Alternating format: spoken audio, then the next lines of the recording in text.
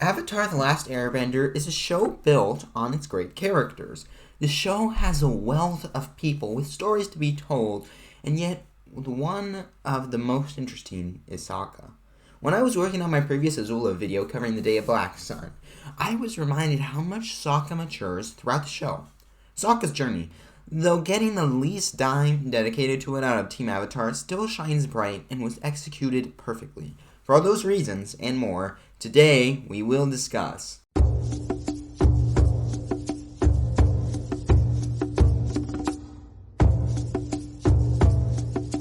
Sokka is one of the most interesting characters in the world of Avatar, and his journey is as well. He started out as the worst person in the trio, only really existing for comic relief, though, just like every character in the show, he had so much more going on based on his past trauma. Sokka's mother died, and his father left him behind to fight in the war. The absence of his father really did a number on Sokka, who after that incident felt inferior and took it out on others to feel better. From Sokka's point of view, if he couldn't fight with the soldiers and he needed to stay with the women and young children, he must not be an asset. While Hakoda did tell Sokka he'd stay behind to protect the children and the others, he didn't understand his father at the time. So, this meant that at the start of the series, Sokka felt like he was above everyone else in the Southern Water Tribe, but also like their only line of defense. Sokka became overprotected, 1, because he thought everyone was weak, and 2, to validate himself. But Sokka is tested when his sister discovers a Last Airbender with him. Sokka is suspicious of Aang right away because, just like Katara, Aang is a bender. And although it may be only subconscious at the moment, Sokka seems to fear benders a bit because they can easily overpower him and they make him feel inferior. Soon enough, though, the Fire Nation comes and Sokka is forced to protect his village from an exiled Fire Prince, Zuko. But at this moment, it's where Sokka's redemption arc begins. When Aang sacrifices himself to protect the Southern Water Tribe, Sokka may just be a man with a boomerang, but after Aang saved his village, which should have been Sokka's job, now Sokka is going to make it up to Aang by saving him. Sokka goes on a few ventures with Aang, but one of the first ones with any significance to Sokka is on Kyoshi Island. Sokka's broken mentality that women are weak since he needs to protect them, all of that just masking his real pain. He is incredibly sexist, but this episode changes this a lot. Sokka's arrogant mindset, which she used while fighting Zuko just rushing in, also led to Sokka being embarrassed time and time again by the Kyoshi warriors in this episode, to the point of finally humility. Sokka ends up asking a woman, Suki, to train him, which puts to rest most of the sexism, though Sokka still keeps some disrespectful stereotypes throughout the season. Another very important adventure for Sokka is with Jet. Jet is everything Sokka wants to be. He is strong, he demands respect, and is sticking it to the Fire Nation, while Sokka can't do any of these things. But Sokka quickly learns how Jet achieves this, and it is with needless violence and destructive shows of force and fear.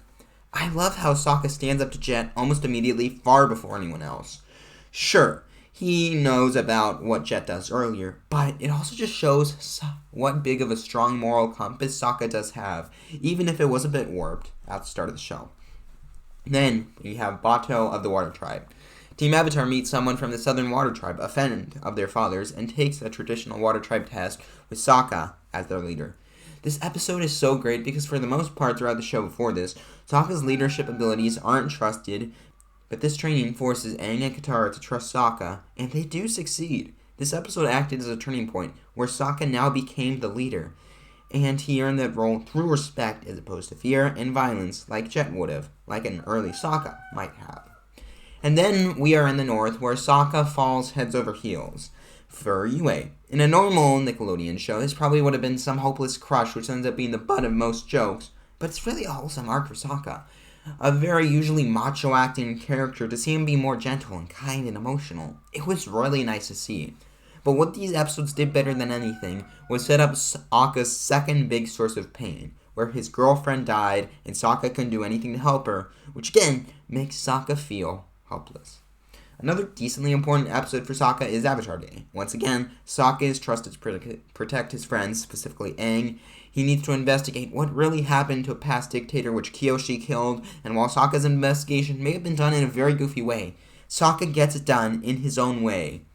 one Sokka episode we cannot forget is the library.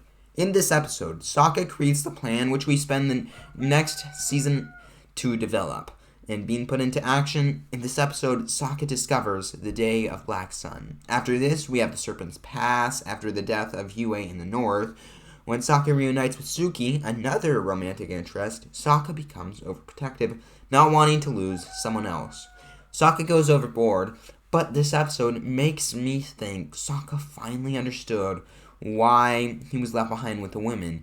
It wasn't because they were weak, but because they can't do anything. Community builds protection, just like how Sokka relies on his sister and Aang, and they rely on him.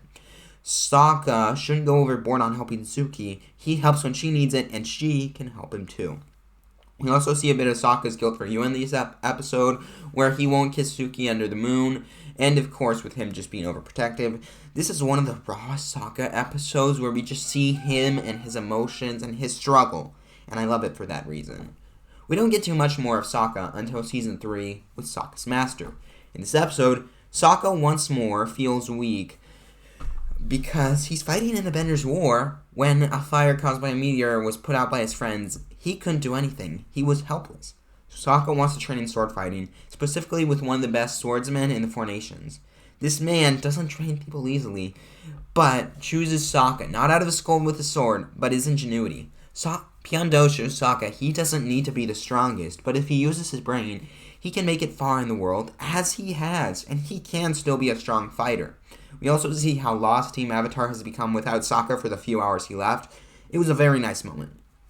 After this, we get Day of Black Sun, Sokka's master plan finally becoming a reality. While Sokka fumbles at the presentation, Aang reminds him of what it really matters, and that's on the battlefield. Sokka does great out there too. His plan is working. All the schematics he built for the vehicles working flawlessly, and everything is just looking to be an easy victory. But due to Azula's infiltration and bossing Say, the Fire Nation knew of the attack, and the Fire Lord evacuated just in case. And then the power shifts almost instantly, starting with Azula getting into Sokka's head. While Sokka still does goofy things from time to time in Season 2 and Season 3, he hasn't lost his composure in a very long time. When Azula teases Sokka about torturing Suki, it brings back Sokka's guilt of letting Yue die and not being a good leader or a protector. All of that emotion comes out in an attack that lets Azula escape, and it was such a well done scene. But the Day of Black Sun plan failed. The majority of the forces ended up captured, only with the children and teens escaping. Sokka couldn't protect these people, and now they are Fire Nation prisoners. Let's take a break for a second as I ask you all to subscribe. It helps me get closer to monetization, which means higher quality videos for you. It only takes 3 seconds to hit the button, so please do that, and thank you to everyone who already has. This is the third and final piece of paint for Sokka, who when Zuko comes, has an idea on where Hakoda may be held. Sokka jumps instantly on the opportunity to go rescue him, which also acts as the Sokka-Zuko bonding episode, which is nice. My first girlfriend turned into the moon. That's rough, bud. The boiling rock acts as an endpoint for Sokka's character. While he achieves a lot of things after these episodes, here, Sokka finally comes to peace with all his inner demons and becomes a better person, so this is where his arc finishes. In the first episode, Sokka realizes Hakoda isn't on the boiling rock, but Suki is. They reunite the second time, and Sokka formulates a brilliant escape plan, but has to throw it away when Sokka hears his father might be coming. Sokka risked everything for his father, but he ended up right. They got away from the inescapable prison with everyone. Sokka saved his girlfriend, his father, and all the pain he had got, he fixed it, and he came out of this undeniably as Sokka, the leader. Anyways, that is it for today. Let me know if you want more Avatar character deep dives and who you'd like to see. Here on screen is my recent Azula breakdown video. I had a lot of fun making it. I am sure you'll enjoy it. Check it out. That is pretty much it, so thank you all for watching. I have been Fictional Fanatics. I will see you in that Azula video. Until then, bye.